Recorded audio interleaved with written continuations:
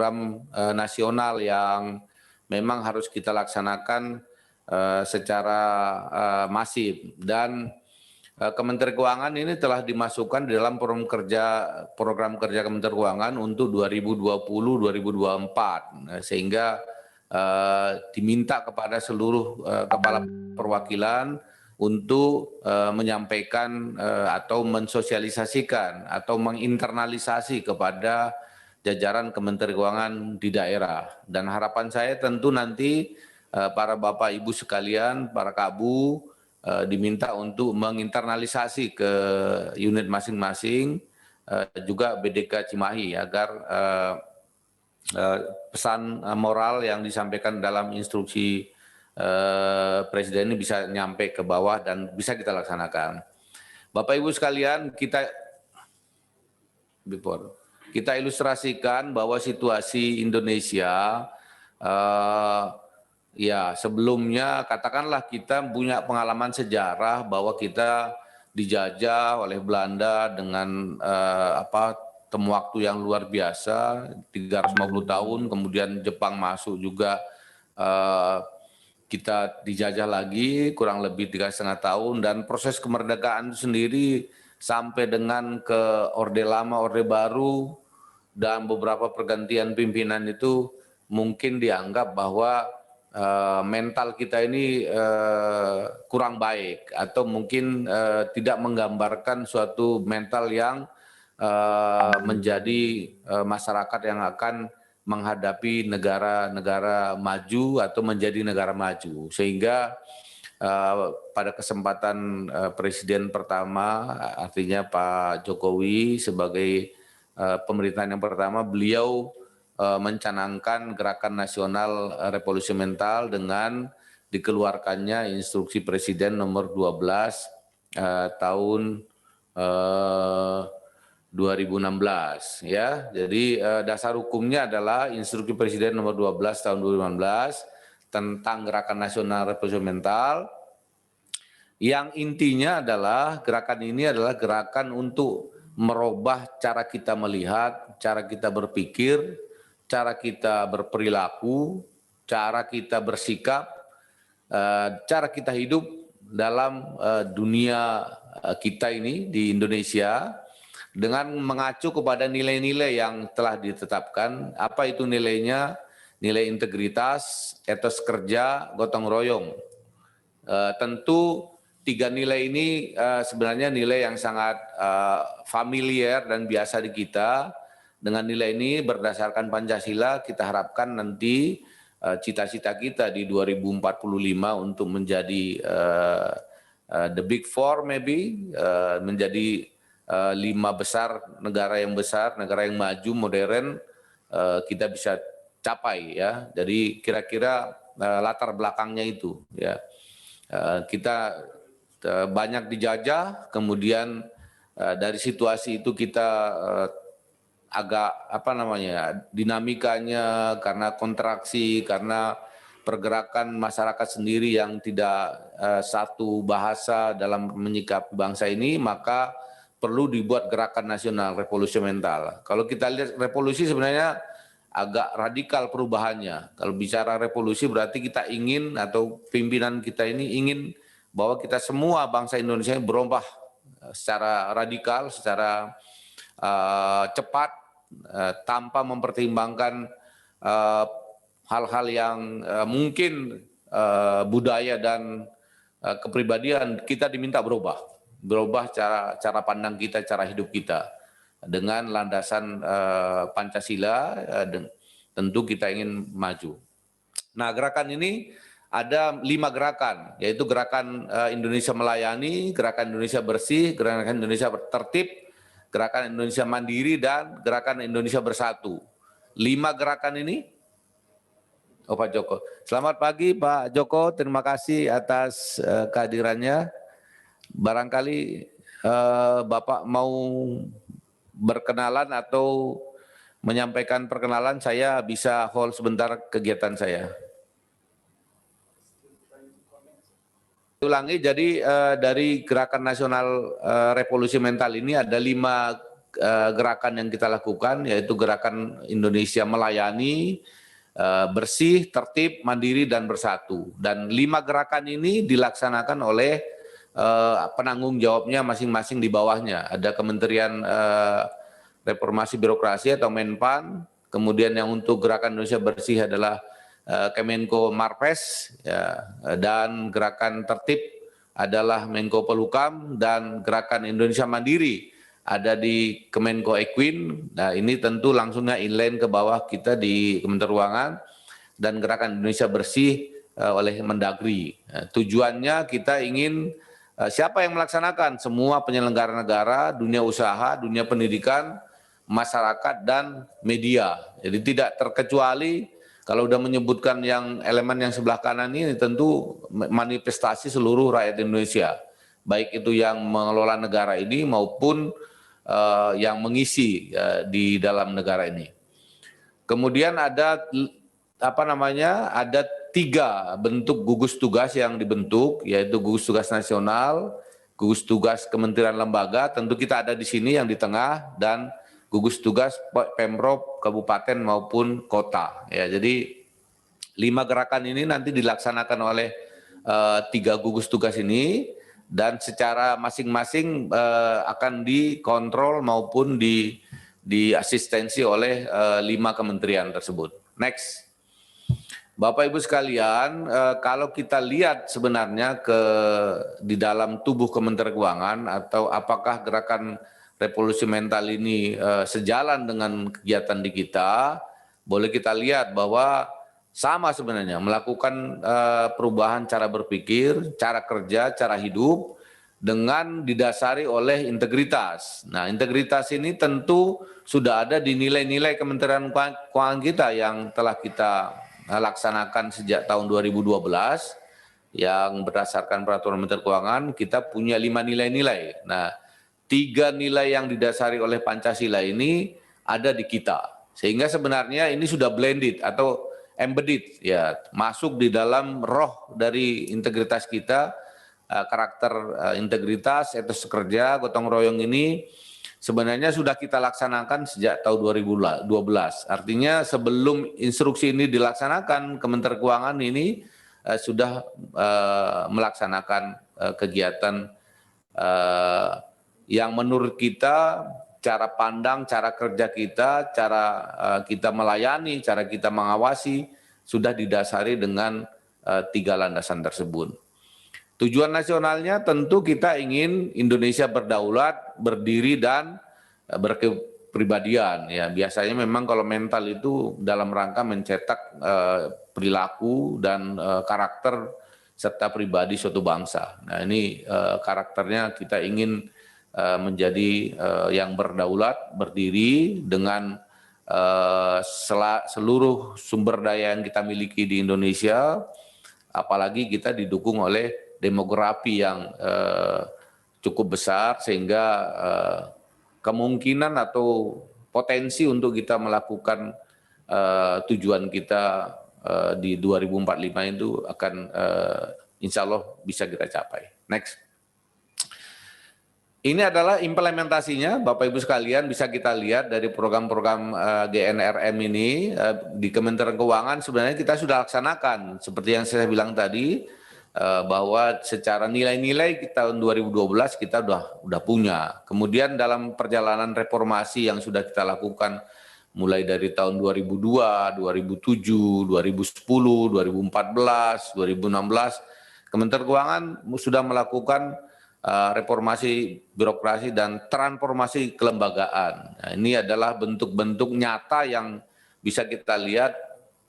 Kalau kita lihat gerakan Indonesia Melayani, kita sudah mengedepankan based on IT, ya, di pajak ada e-filing, di bea cukai ada CEISA, di di perbendaharaan ada MPN G3, ada e-auction, ada macam-macam, ada smart building, ada IKPA, ada smart DJA, ya, yang banyak sekali artinya aplikasi yang kita lakukan, termasuk program WBK WBBM Kementerian Keuangan adalah salah satu kementerian yang sangat besar atau setiap tahun berkontribusi melahirkan atau mencetak kantor-kantor BPK dan BBPM. Kemudian juga kita sudah mengedepankan pengaruh utamaan gender atau program PUG sebenarnya kita juga sudah melombakan bahkan setiap tahun. Di Gerakan Indonesia Bersih kita juga sudah jelas ya, kita mengedepankan gerakan efisiensi, office automation, kemudian kita juga melombakan di setiap unit eselon 1 maupun kementerian lomba kantor terbaik, kemudian lomba WBK, WBBM, kita sudah masuk di dalam program layanan ISO, manajemen mutu dan segala macam. Artinya itu tujuannya adalah kita memang peduli dan sangat memperhatikan lingkungan dan suasana. Apalagi saat ini dengan masa pandemi COVID ini, saya pikir lingkungan, kesehatan dan kebersihan itu menjadi nomor satu dan kita depankan. Untuk Indonesia Tertib, kita sudah membuat beberapa peraturan-peraturan tentu dengan kode etik maupun kodifikasi yang jelas. Ini juga bisa kita lihat beberapa produk kita, ada aplikasi WISE, ada Alpa, dalam rangka kita untuk menjadi pegawai yang taat dalam undang-undang korupsi. Kita mempunyai Alpa untuk melaporkan ya harta kekayaan maupun pajak-pajak yang kita buat. Kemudian ada masalah kode etik dan perilaku PNS, kita punya PP 53 dan peraturan-peraturan masing-masing di unit eselon 1 kita buat dalam rangka kita tertib. Untuk Gerakan Indonesia Mandiri ada beberapa contoh di sini, ada program PEN, ya ini saya pikir semua kita unit eselon 1 sudah diperintahkan untuk bersama-sama bagaimana kita mensukseskan memulihkan ekonomi kita di masa yang sulit ini. Beberapa contohnya ada penerbitan suku retail, kemudian optimalisasi transfer dana ke daerah, dan pengaturan pemberian fasilitas yang kita berikan baik pajak maupun bea cukai. Ya, ini semua adalah dalam rangka kita memberikan kemandirian. Terakhir adalah Gerakan Indonesia Bersatu, ya penyediaan layanan di daerah perbatasan, ya remote control, peningkatan kepatuhan wajib pajak, beasiswa, LPDP, Kemenku Peduli dan Kemenku Mengajar. Ini adalah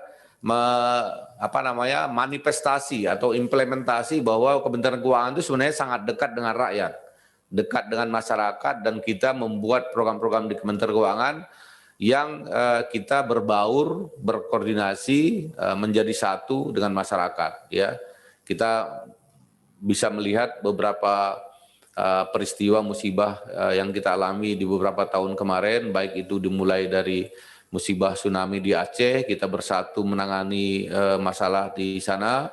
Kemudian di Palu kita juga ada Kementerian Keuangan peduli dengan kita memberikan sumbangan yang tanpa batas, kita turun untuk membantu pemulihan di sana.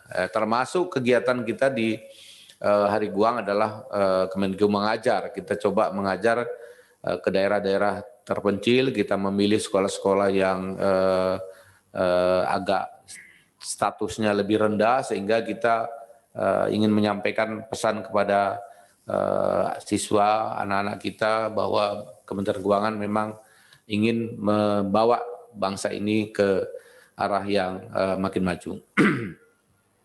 Bapak Ibu sekalian, ada beberapa hambatan dalam pelaksanaannya. Ternyata tidak mudah untuk melaksanakan gerakan nasional revolusi mental ini. Pertama, kita lihat bahwa gugus tugas di kementerian, lembaga dan daerah itu pemahamannya belum sama, ya, sehingga mengaktifkan gugus tugas sesuai dengan instruksi 12 itu belum semuanya, ya, belum semua. Dan ini kita akui bahwa Kementerian Keuangan adalah yang paling depan.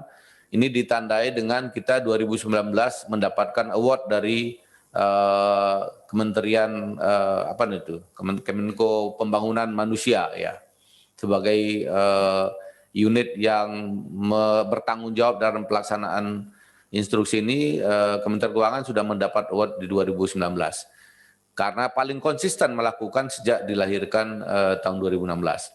Kemudian yang hambatan kedua adalah koordinasi sinkronisasi pelaksanaan GRN. Ya, belum mencerminkan aksi yang nyata. Artinya tidak secara masif semua kementerian lembaga maupun daerah melaksanakan gerakan nasional ini. Ya, mungkin saja sudah melaksanakan, tapi dalam rumah atau konteksnya tidak dalam gerakan nasional, sehingga kelihatannya selo-selo sendiri-sendiri, maka ini mungkin ke depan perlu dikuatkan. Yang ketiga, nilai keteladanan. Ya, sebagai penyelenggara negara tentu memberikan contoh dan teladan. Ini mungkin juga belum semuanya sama iramanya, tone-nya belum sama, resonansinya belum sama, frekuensinya belum sama. Mungkin kita bersyukur di Kementerian Keuangan bahwa pimpinan kita, Ibu Menteri Keuangan dan pimpinan pejabat eselon 1 sampai ke bawah itu sangat konsisten dan firm melaksanakan ini, memberikan contoh, sehingga adik-adik kita yang generasi milenial kita harapkan akan mempunyai warna dan sikap mental yang bagus ke depan. Berikutnya adalah minimnya praktek baik dalam GRN. Maksudnya masih kurang praktek perubahan perilaku, ya, seperti tertib ruangan publik, perilaku hidup bersih dan sehat, intoleransi, dan ini masih kita lihat karena masih ada perbedaan pendapat, kadang-kadang bisa ditarik-tarik masalah sara, kadang-kadang jiwa gotong royong ini di satu daerah ke daerah lain berbeda, ada ketimpangan, ada perbedaan perilaku. Nah, ini sebenarnya juga mengedepankan bahwa untuk melaksanakan revolusi mental ini masih ada hambatan. Kurangnya agen perubahan, ya, ini juga perlu. Kita di Kementerian Keuangan sudah ada talent pool, change agent, dan implementasinya kita laksanakan secara masif sehingga kita lihat menonjol. Buktinya kita dalam rangka rekrutmen sekarang atau pengisian jabatan-jabatan tinggi kita sudah lintas eselon 1 dan mengedepankan talent pool. Ini adalah salah satu contoh yang sudah kita lakukan. Namun di kementerian lembaga yang lain mungkin belum sama dengan kita, ya. Terakhir masalah anggaran ini juga belum sama. Jadi kementerian lembaga itu merasa bahwa belum ada anggaran yang khusus diperuntukkan ke situ. Padahal sebenarnya ini bukan sebuah proyek, tapi kegiatan yang sudah blended di dalam suatu program yang kita punya. Jadi dengan DIPA yang sudah ada, mestinya sudah bisa dijalankan kegiatan ini. Kira-kira itu mungkin sebagai informasi bagi kita tentang gerakan nasional revolusi mental ini. Nah, kita tinggal perlu konsistensi dan komitmen dalam melaksanakan 5 program tadi, ya, kemudian sinergi, bahkan sekarang mungkin bukan sinergi, kolaborasi antar instansi dan masyarakat di setempat, dan menciptakan inovasi layanan-layanan, sehingga ini adalah merupakan program yang secara mandiri, secara sehari-hari sudah kita kerjakan, tinggal menguatkan saja beberapa kegiatan ini. Next. Ini adalah pesan dari Ibu Menteri Keuangan, ya, dalam kesempatan Tom Hall yang dilakukan dengan kita semua, bahwa beliau meminta jajaran Kementerian Keuangan tidak hanya sekedar berubah, ya. Jadi ini sejalan dengan revolusi mental, jangan hanya asal berubah, ya berubah, tapi harus fokus menjalankan tugas menjaga keuangan negara, ya. Seperti yang saya jelaskan tadi di depan, beliau juga berulang-ulang menyampaikan bahwa kita adalah Kementerian Keuangan mempunyai peran yang sangat strategis, yang mempunyai daya dobrak, daya cengkram untuk melaksanakan kegiatan suatu program ke masyarakat tuh betul-betul bisa terimplementasi dengan kita bersinergi maupun berkolaborasi. Ya, untuk itu beliau minta jangan sekedar berubah, tapi betul-betul mengedepankan tugas menjaga keuangan negara. Kemudian kombinasikan, ya, dari mulai di kantor, di rumah, di situasi yang pandemi ini tidak akan mengurangi kualitas layanan kita. Jadi kualitas dari hasil kerja tidak boleh menurun walaupun kita mengerjakan sesuatu atau tugas kita ini tidak di kantor, karena dengan adanya flexibility working space, kemudian activity based workplace dan collaboration space dan segala macam, ini adalah bentuk baru pada masa ini, dan kita bisa bekerja di mana-mana dan tetap memberikan output dan outcome yang sesuai dengan IQ yang telah kita terapkan. Jadi justru harapannya Ibu adalah adanya kenaikan kinerja, akurasi, integritas, profesionalisme dan reliability kita tetap dengan baik. Tentu pekerjaan ini kita lakukan tidak boleh dengan kompromis. Artinya kalau memang itu adalah tugas, betapapun itu ada hambatan, betapapun itu ada tantangan yang mungkin mengakibatkan kita terkendala melaksanakannya, tapi kita tidak boleh mengkompromis tugas-tugas kita di bidang Kementerian Keuangan. Itulah mungkin Bapak Ibu sekalian sebagai pengantar maupun materi dalam Gerakan Nasional Revolusi Mental yang kita sampaikan pada pagi hari ini. Harapan kita, cita-cita Indonesia untuk menjadi negara maju di 2045 bisa kita wujudkan dengan berdiri berdaulat dengan masyarakat adil dan makmur. Semoga kita semua bisa melaksanakan ini bersama dengan bergandengan tangan, dengan tetap mengedepankan nilai-nilai Kementerian Keuangan. Terima kasih. Assalamualaikum warahmatullahi wabarakatuh.